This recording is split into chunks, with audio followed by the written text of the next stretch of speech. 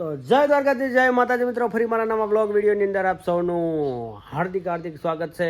અને ફરીને મારા નવા બ્લોગ વિડીયોની અંદર આજ ઘણા દિવસે આપણે મળ્યા મિત્રો.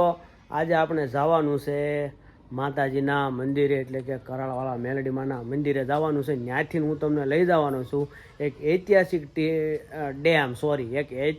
ડેમ અને એક એમ કહેવાય કે ત્યાંના કાંઈક અદ્ભુત પાટિયા છે ઓટોમેટિક. એમ કહેવાય કે આખા ગુજરાત, મેં વાત સાંભળી છે ત્યાં સુધી આખા ગુજરાતની અંદર એવો ડેમ કે છે નહીં, મને ખ્યાલ છે ને ત્યાં સુધી ઘણા લોકો એવું કહે છે.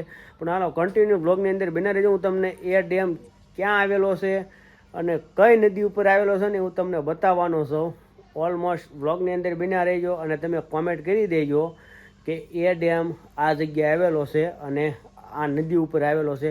પણ હું તમને એ વિડીયોની અંદર બતાડીશ અને એ કોણે બનાવરાવ્યો છે, કે કયા સમયની અંદર બનાવરાવ્યો છે અને શું એની ખાસિયત છે એ હું તમને બતાવવાનો છું. તો કન્ટિન્યુ વ્લોગની અંદર બન્યા રહેજો.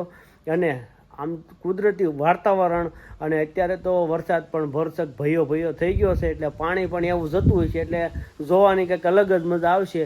કન્ટિન્યુ તમારે જોવો હોય તો વ્લોગની અંદર બન્યા રહેજો. એ ડેમ છે ને એ રાજકોટ ભાવનગર હાઈવેથી રંઘોળા ગામને ત્યાંથી 1 કિલોમીટરના અંતરે આવેલો છે અને એ હું તમને આજ બતાવવાનો છું. પણ બ્લોગના એન્ડ સુધી બન્યા રહેજો કન્ટિન્યુ તમે.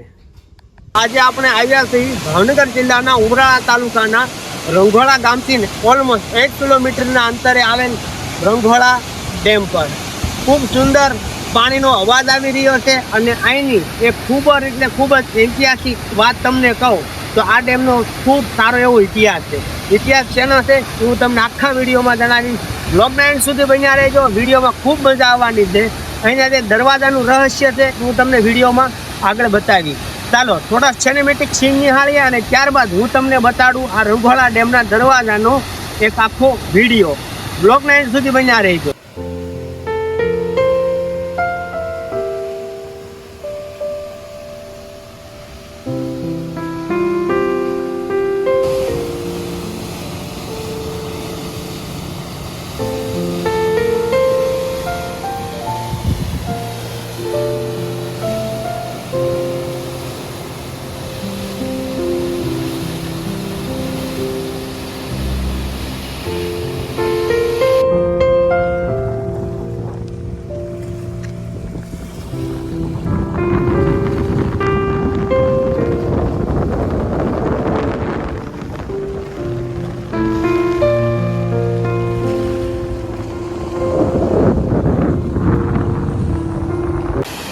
મિત્રો કહેવાય છે કે ભાવનગરના મહારાજા ભાવસિંહ બીજાનોએ આ ડેમનું નિર્માણ કરાવ્યું હતું અને મહારાજા કૃષ્ણકુમારજીના શાસનકાળમાં આ ડેમનું કામ પૂર્ણ થયું હતું.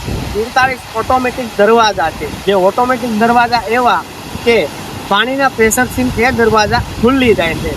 કોઈ ઇલેક્ટ્રિક નહીં, કોઈ મોટર નહીં અને કોઈ પણ સાધન વિના તે ઓટોમેટિક ખુલી જાય છે. કોઈ માણા દ્વારા તે કોઈ વીજળીના તાર દ્વારા ખોલવામાં નથી આવતા. તો મિત્રો આ છે આ ડેમનું રહસ્ય. ચાલો મિત્રો હજી તમને આગળ જણાવું કે ટોટલ ખર્ચ આ ડેમમાં કેટલો થયો હતો એ સમયની અંદર.